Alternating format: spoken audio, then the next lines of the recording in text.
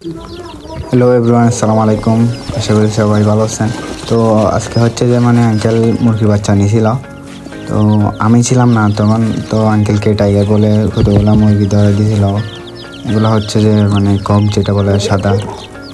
তো মূলত আঙ্কেল জানতো না এগুলো কিসের বাচ্চা। আঙ্কেলকে কক মুরগিগুলো ঢুকা দিয়েছে, মিথ্যা বলে আর কি। তো এগুলো অবশেষে আমি কি করবো, ওগুলো তো ফেলে দেওয়া যাবে না।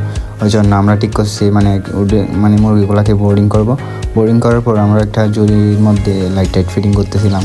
দেন বাচ্চাগুলোকে এই কাঁচার মধ্যে ঢোকাচ্ছিলাম এই ঝুড়িটার মধ্যে। তো বোর্ডিং করার সময় আসলে আমাদের অনেক কিছু খেয়াল রাখতে হবে।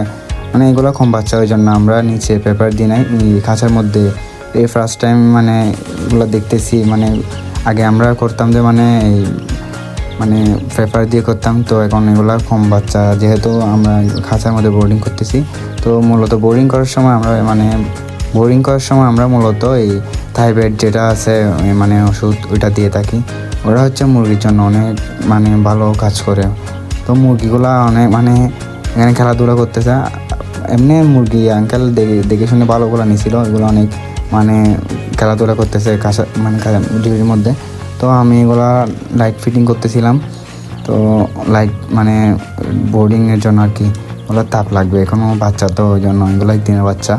তো থাইবেড যেটা বলতেছিলাম, থাইবেড হচ্ছে এগুলো 1 থেকে 3 দিন পর্যন্ত 1 থেকে 3 দিন পর্যন্ত চালাতে পারবেন থাইবেডটা হচ্ছে মূলত মুরগির এই পাটা পাকা হলে এগুলার মূলত সাহায্য করে। তারপর হচ্ছে ওদের গঠন বৃদ্ধি করে এগুলো আর কি। তো যখন নিছিল তখন আমাদের কাছে মুরগির খাবার যেটা ওইটা ছিল না।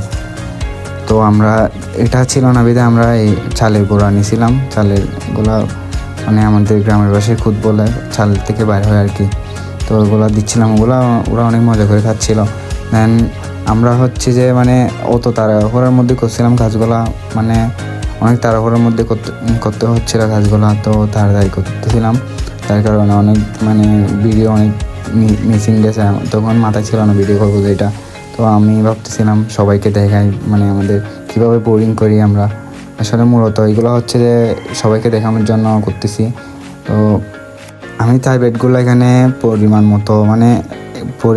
মতো মেপে দিই না। এমনি তো এই 2 লিটারে 1 লিটারে 1 ml করে দেওয়া হয়, কিন্তু আমি এমনি আন্দাজে 1 ml থেকে অনেক কম হবে। এখানে পানি ছিল মনে করেন এই 100-150 গ্রাম মতো পানি ছিল এটাতে। তো ওগুলা পরিমাণ মতো দিছিলাম। মুরগিগুলা তখন অনেক পানি খাচ্ছিল, ওরা অনেক জার্নি হয়েছিল। আমি ফার্স্ট টাইম ওদের ওর স্যালাইন যেটা ওইটা চালানোর কথা ছিল, কিন্তু আমরা তাড়াহুড়োর মধ্যে স্যালাইনটা দিতে পারি নাই। যার কারণে আমরা এই থাইবেডটা আর্লিতে চালাই দিতে হয়েছিল। তো বাচ্চাগুলা আলহামদুলিল্লাহ অনেক সুস্থ ছিল। তো পরের ভিডিও পেতে আমাদের সাথে থাকুন। আর হচ্ছে যে আমরা ডেইলি ভিডিও দেওয়ার চেষ্টা করবো ইনশাল্লাহ।